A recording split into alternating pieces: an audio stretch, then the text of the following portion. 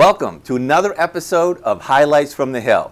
I'm Jim Cousins, your co-host, along with our Superintendent of Schools, Dr. Carol Kavanaugh, who bring you all kind of topics and interesting conversation from the Hopkins Public School systems. And we're going to dive into it right now. Welcome. Thank you, Jim. It's good to be here today. So today I have brought with me our Assistant Superintendent for Curriculum Instruction, Jeff Lebrad, and we thought we could talk all things teaching and learning. That will be great. Sure. That will be great. So before we start that, Jeff is relatively new to us. He's in his second year in the central office. And so tell us a little bit about your journey to the central office. Sure. Well, first of all, thank you for having me here today, and I love the chance to be able to talk teaching and learning. As I am well into my second year, I'm finding that I'm even more eager to talk all things Hopkinton Public Schools, which I know we'll talk a lot about today. So prior to the Hopkinton Public Schools, I started my career as a substitute teacher. And I have said to people before that I think that is a role that everyone should engage in for at least a little while, because there is no job like it, especially if you are the 20-year-old kid who's going in and covering and dressing something like this and being told that today you're going to be the PE teacher out on the field playing kickball and you have no change of clothes. So it stands out to me as an experience. But I went on from there. I taught 4th and 5th grade in the Lincoln Public Schools and then in the Brookline Public Schools. From there, I began my administrative journey as an assistant principal in Lexington. I moved on to the role of principal at the same school in Lexington, and then tried my hand as a principal in the Sudbury Public Schools. And then it was from there that the opportunity here in Hopkinton presented itself, and that is what brings me to this point. So this is your first foray into a central office position. Prior to this, you had always been a building-based person. So what do you sort of see as the differences between living in a building and then moving into central office? Sure. I would say that anyone who is working in a school is never prepared for the transition outside of a school. There's something about the rapid pace, the lack of predictability, the need to respond in an instant to students' needs, teachers' needs, parents' needs, and sometimes the needs of the central office. What I have found in my current role, the time is available for deep thought. There's time to think through lofty ideas, meaty goals, and thinking about how to operationalize them. There are always going to be the unexpected elements of the day that we have coming into our office all the time in schools, but we don't have as many of those consistent things that we need to respond to. I know that when I was an assistant principal and a principal, I could come up with my list of things for the day that I thought I would accomplish, knowing that I wasn't really going to be able to move much of them on a given day. I find now in my work, I'm able to plan a little bit more methodically so that those big efforts, those big initiatives that we need to move forward in the district, I'm able to focus on. And that's been a pretty big shift for me. To allow myself to settle into some of that deep thought and deep work so that we can do what we need to do as a central office, which is supporting our people in our schools every day. I know that when I made that transition, one of the things I think I missed so profoundly was having people around me all day. You know, you'd have 1,200 kids, and you'd have 100 faculty, and you would have administrator colleagues, and your front office secretarial staff, and we were just. It's strange to say, but you become sort of one big family. Yes. And then when you move into a central office role, that whole group of people that you had been your family for a very, very long time, they're kind of gone. And I mean, you adopt a new set of people in central office, but it's a very small group of people. I don't know if you felt that same sort of loss. Yeah, I would say that it was, I don't know if I'd label it a loss, but it certainly was a change of context. And I think that's why when I did move into the role of a central office administrator, it was so important to me to make sure that I prioritized being in the schools. And I know, Carol, that's a priority for you as well. You're in the buildings almost every day. And that's a big push and a big priority for me too. For our people to know that we're not sitting across the street in an office making decisions, but rather walking with and learning with our students, our teachers, our administrators, knowing what their needs are, what their desires are, what is exciting, what we should be celebrating. When we do that, we kind of fill the void that doesn't necessarily happen because the offices that empty into a hallway in our building are a little bit different than when you and I were school-based administrators. Yes. I remember my predecessor once saying to me that we really work in service of the schools. Yes. In service of the administrators, in service of the kids, and I think that's one of those things that was really profound. Yeah. And I liked hearing that. So talk about the work a little bit. Sure. So here you are in the central office, and really, you've hit the ground running last year, but like now you're very deeply entrenched in the work, I think. So tell us a little bit about the work. Sure. What do you got going on? Oh man, what don't we have going on right now, Dr. Kavanaugh? And I think that's one of the things that that in both my department, but also in school districts, we sometimes have to stop ourselves because we can do so much. There's always, if we're looking out, we're always seeing things that can be improved. We can see areas where we can grow. There's always great opportunity there. So our job is to think about, what is it that is, one, going to have the most monumental impact on our students, and then also what is it that we can accomplish, because there are some lofty goals and ideas that we would love to see happen, but we might not be able to actualize them. And at the same time, there are things that we really need to get going right now. Sometimes those are things that we are deciding to do because we look out at our students and we see there's a need there. Other times we might have a mandate coming from the state or federal government that says this is something that you need to prioritize and do. So right now we are working on quite a bit of both sustaining and new. So when it comes to sustaining, I think about our work in literacy and math. I think about our early literacy work where we are leveraging the work of phonics and phonemic awareness, word study, making sure that our students are working in rich texts, that they're learning to decode words and what we call decodable texts, and making sure that students have access to that guaranteed and viable experience. In math, we continue to think about not just what it means for a student to be someone who can compute. When we were in school, making sure that you had those multiplication tables down was really considered the highest level of math that you needed at a certain level. And now we think differently. I've said this before, but how many times did a teacher tell us in math class, well, you need to learn that because it's not like you'll be walking around every day with a calculator in your pocket. And of course, that is the world in which we live now, absolutely. So now we're pushing our students to be thinkers. We're pushing our students to be communicators of ideas, to be debaters of concepts and provers of the truths that they believe to be true in math. This year we're fully launching a curriculum called Number Corner, which is a component of our elementary math program in K1 and 2. And what that program is allowing us to do is carve out some time in each one of our elementary classrooms at those levels.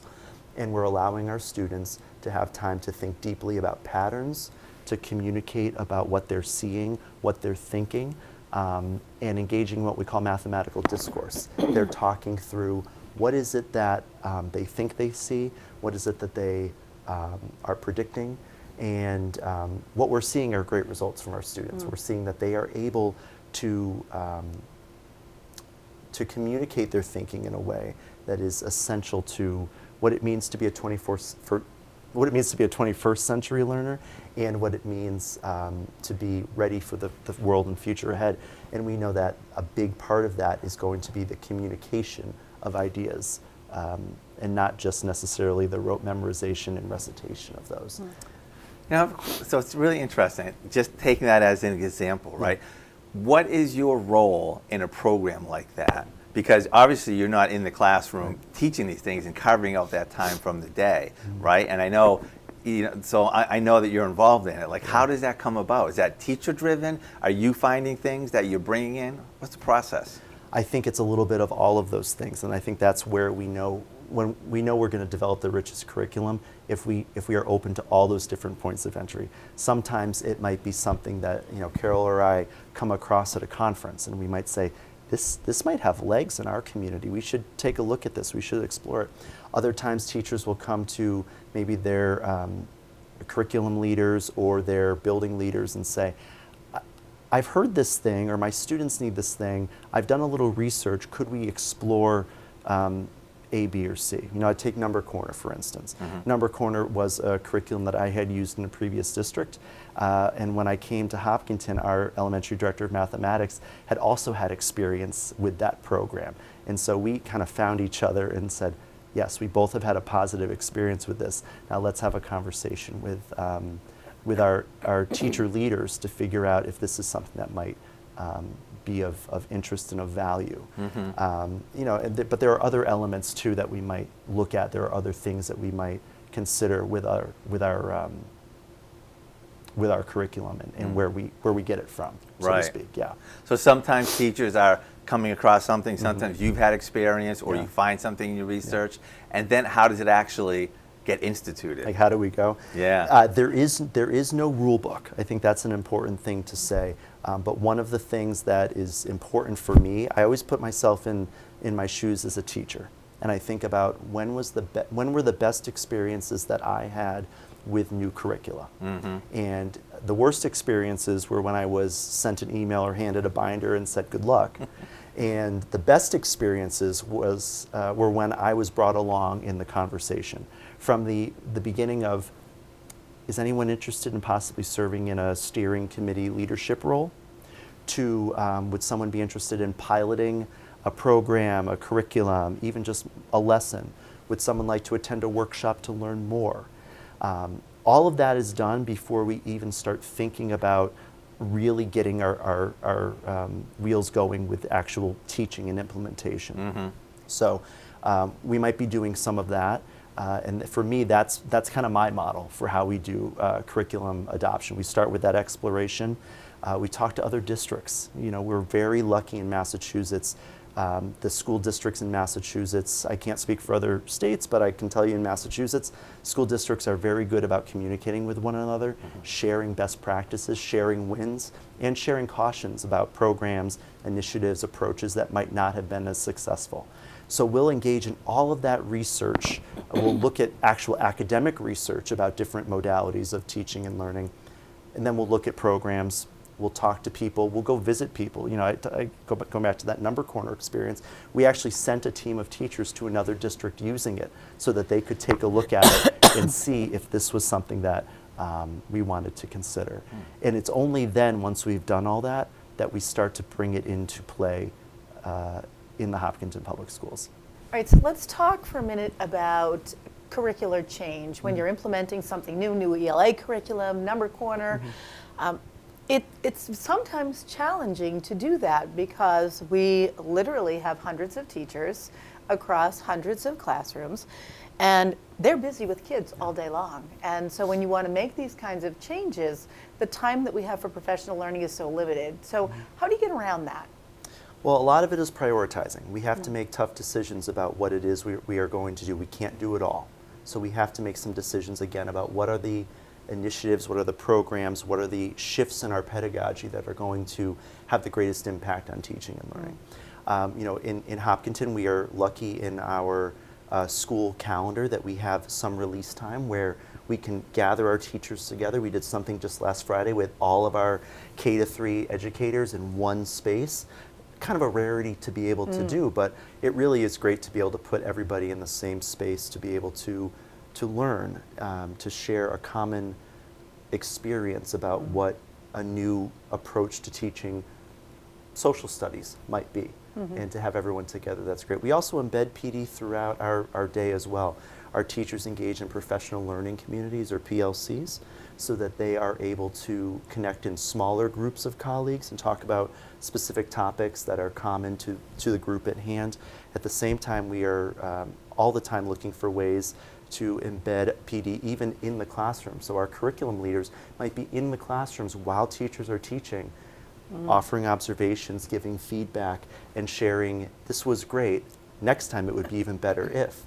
And then our educators are able to take that, use that maybe the next week, maybe the next day, maybe the next period. Yeah, I always find that when, and this was my experience as a teacher, but I always find that when teachers get something new that they think this is going to make my practice even better, this is good for kids, teachers really gravitate toward it. You know, I think everybody wants to be the very best teacher they can be every single day. So even with limited time, people find ways. And I do find that people too some people are always in different topics. Some on one topic, someone might be very eager to be the first adopter, the early adopter who gives it a spin. Others might want to stand back from it and say, oh, let me see how that goes. But we see it time and again where we have some early adopters, and if it is a successful thing, all of a sudden others are looking. Because I used to do this as a teacher too. I'd say, can I do that? Can I have one of those? And then all of a sudden, it's spreading. Sometimes it doesn't need to be something that I say do this, but rather a few people have started it, and we've planted some seeds that really can grow. So I'm curious because every place is a good place. Every place has their own like benefits and their own strengths, and you've been in different places, and now you're in Hopkinton.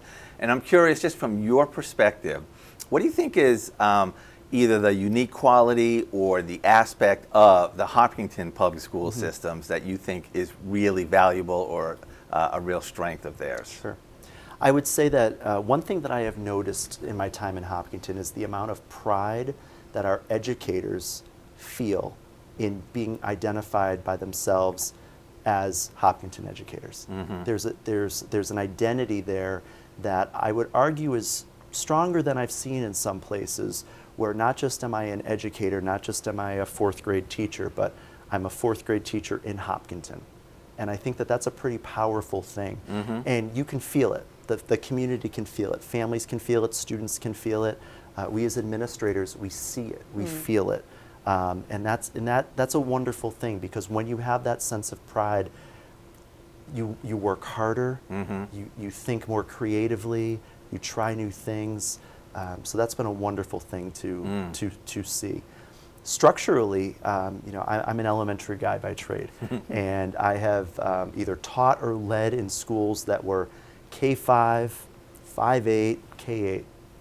One of the things that I think we have as a strength here in our community is because we are singletons by grade in our different buildings, we have this ability to provide a guaranteed and viable curriculum in a way that is not always possible in a community that might say has 10 elementary schools K-5. So we know that under one roof, all of our second graders have the same instructional leadership, have the same community and culture in one building. So we know that every single one of our second graders is going to have the opportunity to access the same guaranteed and viable curriculum, so that no matter where they go into third grade, they've had the same second grade experience. That's a great asset. Go ahead. No, that is one of the things that I think is so unique about this district.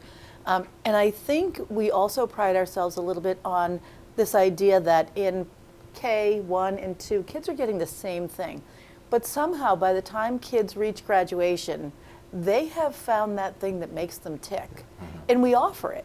So I think our high school is super unique that way. Yeah.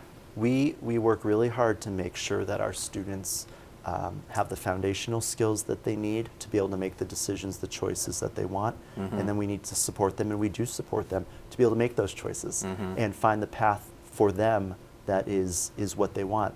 And they might leave the Hopkinton Public Schools still not sure what their calling is, what they are called to do, but they are armed with all of the resources and tools that they need to be able to make that decision, either because they're leaving high school knowing they want to go into the sciences, or they want to go into the arts, or they want to go into a field that might not be something that you would train at a four-year college for. Yeah. Do you ever think about like what you just described is really fascinating? The environment that the school system is in, and do you ever think about like how that happens when the expenditure per pupil is extremely middle of the road? It's not like we're spending hundreds of dollars more per student, right? It's very average from what's going on there. And do you ever think about like how that happens? Often. I think Carol and I think about that a lot. We think about how does this magic happen, and it is a lot of thoughtfulness. I could say we're just very lucky, all these types of things, but it's a lot of thoughtfulness. And I will say that now being a member of the central office team and part of Carol's senior leadership team, I see the thoughtfulness that goes into creating the structures that allow for great teaching and learning to take place. Right. I always say that when I was a building principal, my job was to make sure that great teaching and learning take place. And I would argue now, in partnership with the superintendent and our other senior leadership team members and our building leaders, our job is to make sure that the structures are in place so that people can make sure great teaching and learning takes place. And that, we're in the midst of our budget process right now. Recently, the school committee just approved the FY25 budget proposal. That takes months of work. That takes months of calculations and looking at data to think, how are we going to best lever the resources of the town of Hopkinton to provide the best experience for our students. It's not by accident that it happens. It's a lot of thoughtful work by a lot of very talented and dedicated people. The reason I asked that question was because the first answer that you gave in this show really resonated with me, because you were talking about how you're working and you're in the central office to support all the teaching in the classrooms. And from the day I experienced a beginning teacher orientation, all the way through now, every single person in that school system has the same objective, and even though you're not in the classroom, you really are. You're like right alongside everybody, and everybody is pulling towards that goal. And I just want to say that's what I see when I look at the school system. Well, you talk about starting strong right from the beginning. One of my roles is coordinating our mentoring and induction for our entering educators, whether or not they are new to the Hopkinton Public Schools or new to the profession overall. And so every summer we have a 3-day orientation program where we do just what you're talking about. We share, here are the ideas, the values, the priorities of our district. So as you're starting, whether or not you are a 20-year veteran or this is your very first experience as an educator, you get to learn a little bit about what we stand for and what are our priorities. And so by the time that those educators are entering the classroom for the first time, they might not have all the answers, but they have a foundation of what it is we do as a school system. And Carol and I talk about that a lot. A school district can't just be a collection of schoolhouses. It really needs to be a school system working together. And I talk about that a lot with our educators and with our administrators, especially when we think about our curriculum, what we teach and the instruction, how we teach it. What's the through line? What's the thread? What's the story of the path that a child's going to follow from the time they enter marathon school at 4 or 5 years old until they walk across the stage at graduation from Hopkinton High? That line is something very important, and part of our job as district leaders is to make sure that path makes sense, that there's connectedness, continuity, and value at every stop along the way. Yeah, and I would say that's why it's so important to have a really strong administrative team, because whoever the principal is at the Marathon School has to be a great communicator with the person at the Elmwood School and Elmwood with Hopkins, because we have to make sure that there's not only continuity of programming, but consistency of language. So when we're talking about expectations or behaviors with children, right? Whatever language we used at Marathon, we need to use at Elmwood. Whatever methodologies we used in math instruction at Marathon, we have to use at Elmwood. That kind of continuity makes it easier for children to transition and to learn. And so I will say I'm very proud of this group of principals, because they're a wonderful team and good communicators with one another. Yeah. We're lucky in that way. Yeah. We right now are working on looking at our science, technology, engineering elementary program, K-5, and part of that work has been having our various elementary buildings come together and connect about where are our strengths in that program and where do we have opportunities. And so we've seen a lot of that where our building administrators have shared about what our strengths, where opportunities for growth, and how can we make sure that those connections are super strong. We sort of talk about that science curriculum and having someone come in to take a look and do an audit to see what science looks like, if it's first grade or third grade or fifth grade. But I'm not sure if the community quite understands that we have standards from the state of Massachusetts, but we really create our own curriculum. And it's very complicated because you take that standard and then you say, how do I want to embed mathematics? Or how do I want to embed ELA? And would that be reading, or would that be writing, or speaking, or listening? So as you're doing that, the complex nature of creating curriculum, and that really all falls to Mr. Labrad's job. So perhaps my last question before we wrap up is, I think that it's an enormous job, and you know that at one time it was my job. But you have 13 grade levels. We also have an integrated preschool, and you have all kinds of subject matter, and you want to make sure that the teaching and learning in all of those classrooms is as robust as possible. I know that at the beginning of the show you said when I come in, my day can be a little bit more organized, and that is absolutely true.